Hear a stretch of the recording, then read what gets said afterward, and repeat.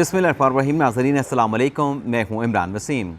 नाज़रीन, इससे पिछले व्लॉग में आपके साथ हमने ये ख़बर शेयर की थी कि जो पीडीएम की सियासी जमातों ने और पाकिस्तान पीपल्स पार्टी ने सुप्रीम कोर्ट के सामने एहतजाज और मुमकिन तौर पर धरना देने का ऐलान किया था, और इस सिलसिले में सुप्रीम कोर्ट के रजिस्ट्रार की जानिब से आज 2:30 बजे हंगामी इजलास बुलाया गया था।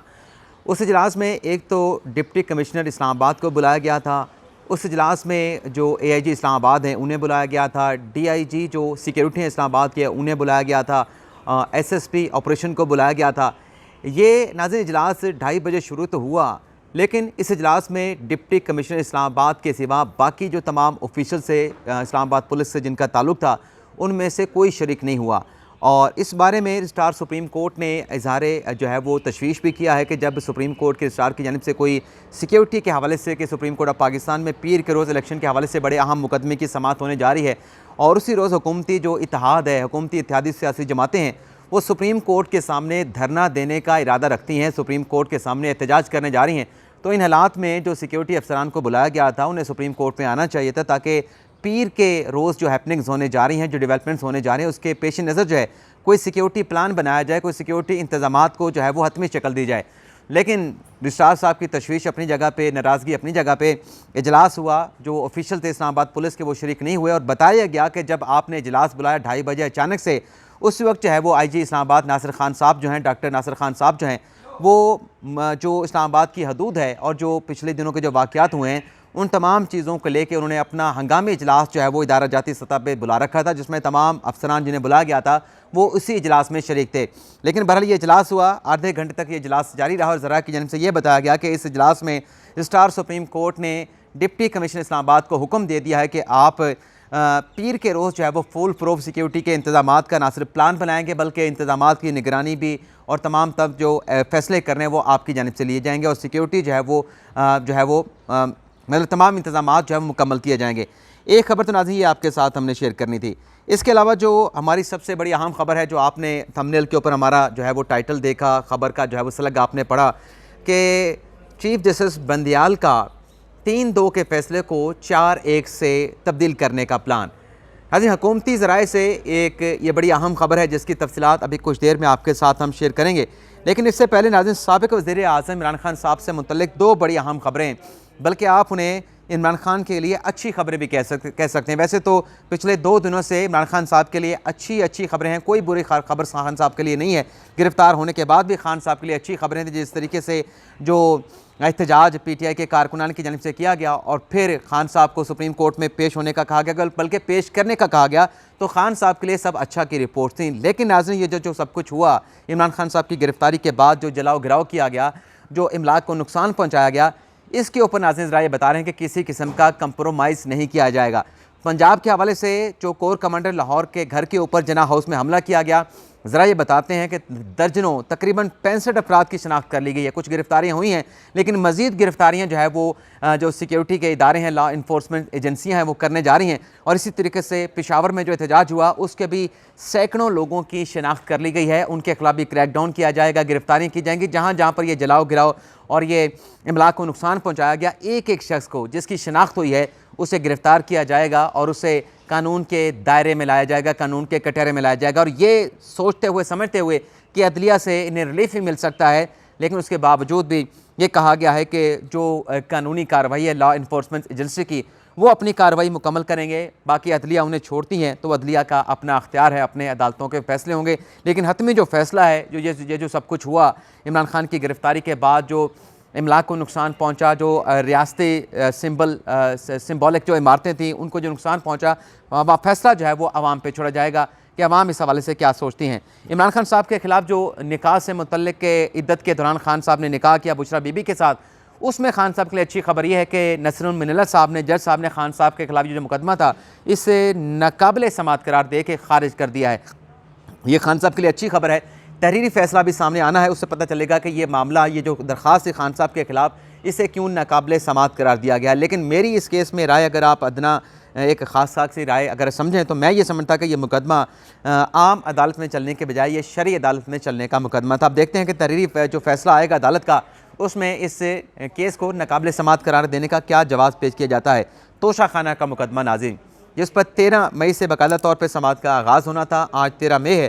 तो जज साहब ने, दिलावर हमायूं साहब ने आज इस केस को रिज्यूम किया दोबारा से खान साहब पर फर्ज लगाने के बाद। तो खान साहब के वकला की तरफ से, अली बुखारी की तरफ से, बैरिस्टर गौहर की तरफ से अदालत को यह बताया गया कि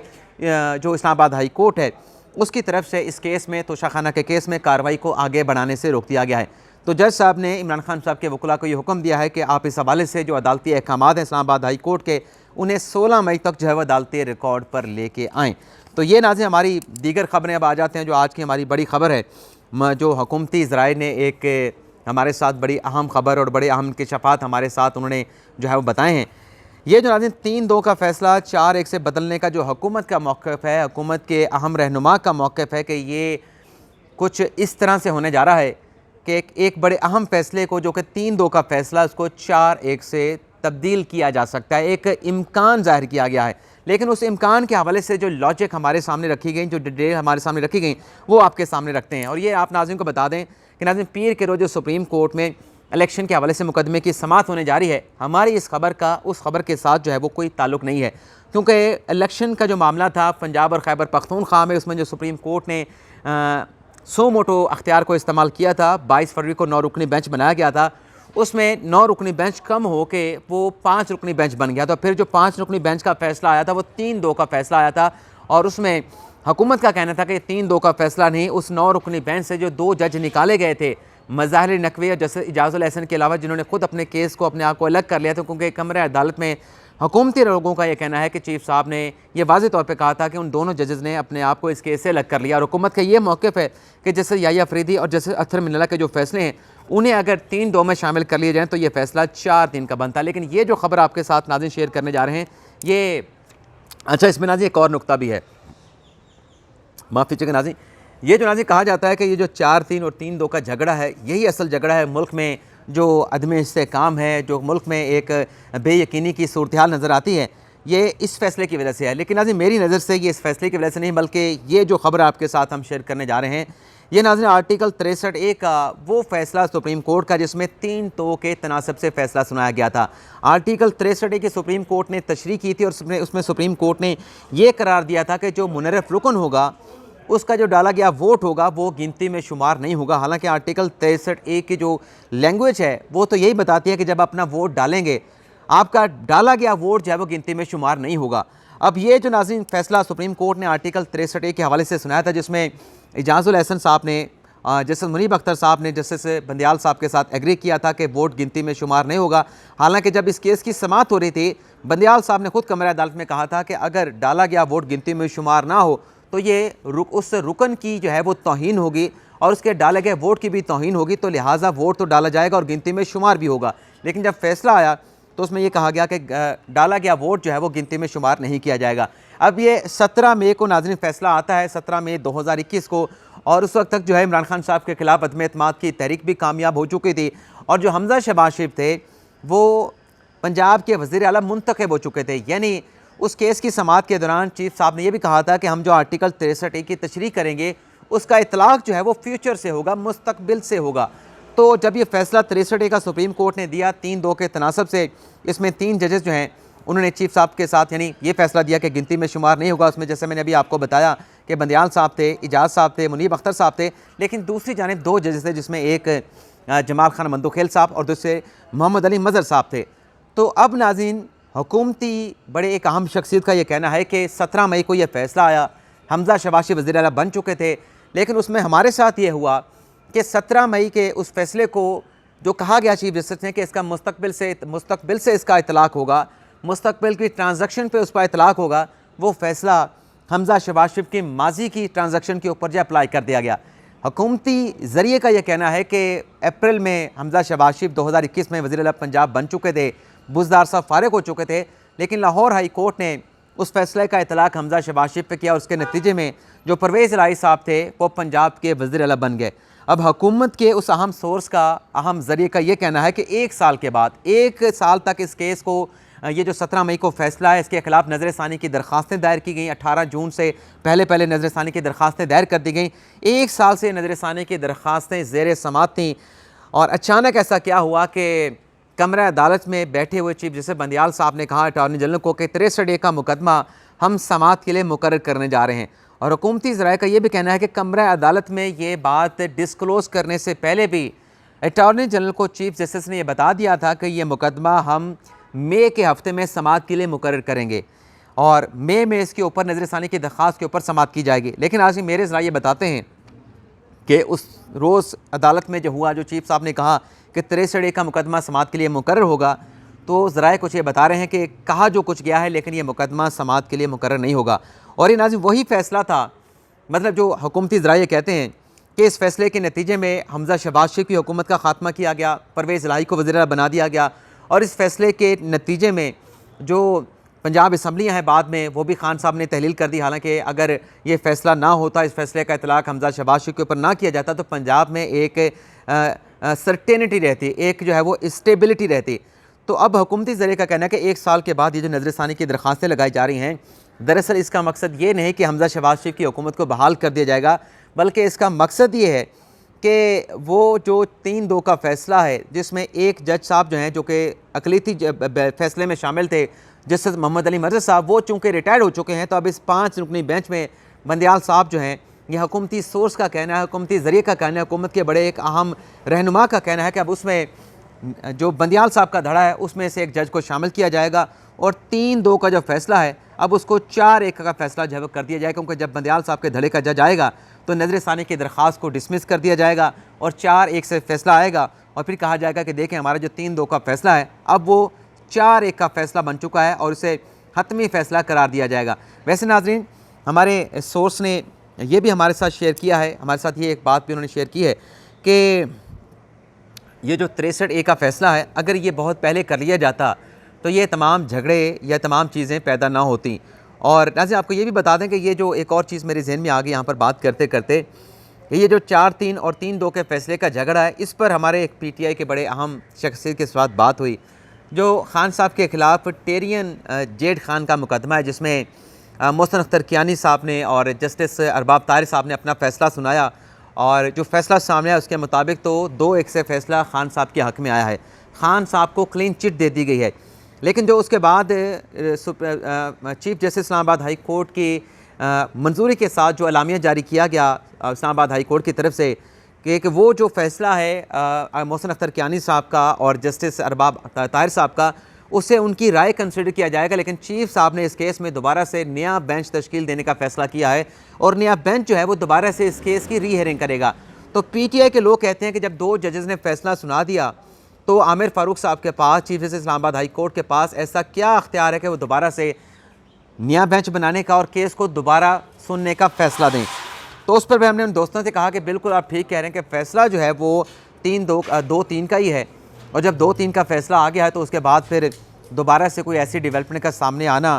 तो आपकी ये बात बिल्कुल ठीक है कि 2 जजेस ने फ़ैसला दे दिया है, उसमें मोहसिन अख्तर कियानी साहब हैं, अरबाब ताहिर साहब हैं। लेकिन मैंने उनसे कहा कि जब आप ये फ़ैसला मनवाएंगे, आप जब ये फोर्स करेंगे, स्ट्रेस करेंगे कि 2-1 का फ़ैसला माना जाए, इमरान खान साहब के हक़ में खान साहब को क्लीन चिट दे दी है, तो उसी नोयत का मुकदमा 4-3 के फ़ैसले में भी है। 4-3 के फ़ैसले में भी 2 जजेस ने, अतर मिनल्ला साहब ने, याहिया अफरीदी साहब ने जो है वो अपना फ़ैसला दे दिया था। तो जब आप 2-1 के फ़ैसले पे इंसिस्ट करेंगे, एम्फसाइज़ करेंगे, तो फिर आपको 4-3 का फ़ैसला भी मानना पड़ेगा। यानी आप अगर ये कहते हैं, मैंने PTI के दोस्त से कहा कि मोहसिन अख्तर कियानी साहब का फ़ैसला माने और उसके साथ साथ अरबाब ताहिर साहब का फ़ैसला माने, जुडिशल ऑर्डर उन्होंने कर दिया है, तो याहिया अफरीदी साहब ने, अतर मिनल्ला साहब ने भी जुडिशल ऑर्डर किया था। तो फिर अगर आपको 2-1 का फ़ैसला मनाना है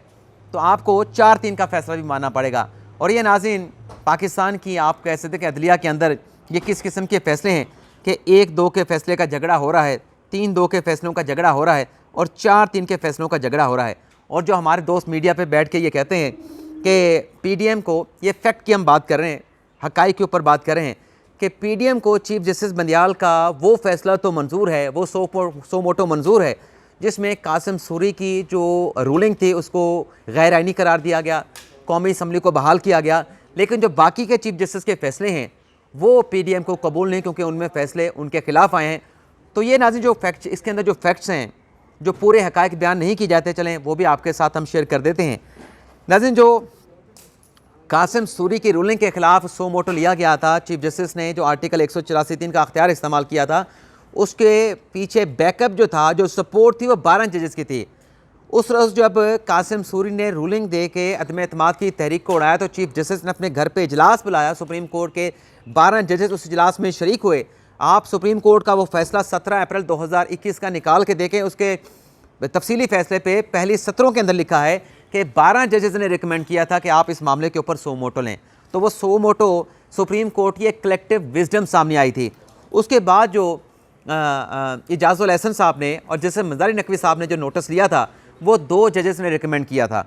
और उस बेंच उस रिकमेंडेशन के ऊपर चीफ जस्टिस साहब ने नोटिस लिया था और 9 रुकनी बेंच जब बना था उसमें सुप्रीम कोर्ट के अपने जज साहबान ने कहा था कि यह हसास नीयत का मामला है, इस पर फुल कोर्ट बनाया जाए। तो उसमें फिर ये झगड़ा सामने आया 3-2 का और 4-3 का, और आज तक हुकूमत ये कह रही है कि हमारी नज़र में, कौमी असम्बली की नज़र में फ़ैसला सुप्रीम कोर्ट का 3-2 का नहीं 4-3 का है। हुकूमत का कहना है कि सिर्फ ये अगर वजाहत आ जाए, सुप्रीम कोर्ट फुल कोर्ट बना दे, 3-2 और 4-3 के फैसले की वजाहत कर दी जाए और 15 रुकनी बेंच बना दें तो उस पर जो फैसला आएगा हमारे लिए काबिल कबूल होगा। तो फिर इन चीज़ों को भी देखना पड़ेगा। जहाँ पीटीआई वाले कहेंगे कि 2-1 का फैसला माना जाए मोहसिन अख्तर कियानी साहब का, अबार ताज साहब का, तो फिर पीटीआई वालों के लिए ये नहीं होगा कि अच्छा हप हप और कड़वा कड़वर थू, फिर आपको 4-3 का फैसला भी मानना पड़ेगा। तो ये था नाज़रीन आज का हमारा व्लॉग। आपसे ज़्यादा चाहते हैं अल्लाह ताला हम सब का हामी नासिर अपनी दुआ में याद रखिएगा। अल्लाह हाफिज़।